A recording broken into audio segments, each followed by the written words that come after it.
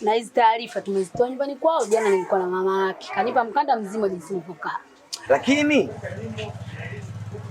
yaani nashindwa kuamini. Kwa sababu gani? Hata uondokaji wake mwenyewe Nasra, yaani asijapata taarifa aina yoyote, na haya anayosikia ina maana nataka kuniambia mimi cheusi hichi kitu ambacho ameniambia ni kiko serious. Ina maana kumbe alikuwa anatuchungulia siku ya dirishani alikuwa cheusi.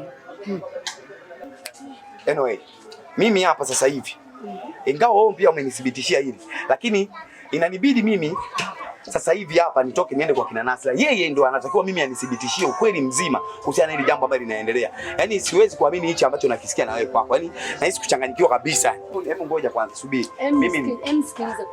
Hivi mpaka ukamfuate Nasra akwambie yani kila kitu. Yaani kwanza wewe mwenyewe uone picha, yule hakuhitaji. Kwa sababu angekuwa anakuhitaji tangia alirudi, mbona hajakufuata? Akwambie kwamba kuna 1 2 3 yule hakuhitaji tena naye. Kwani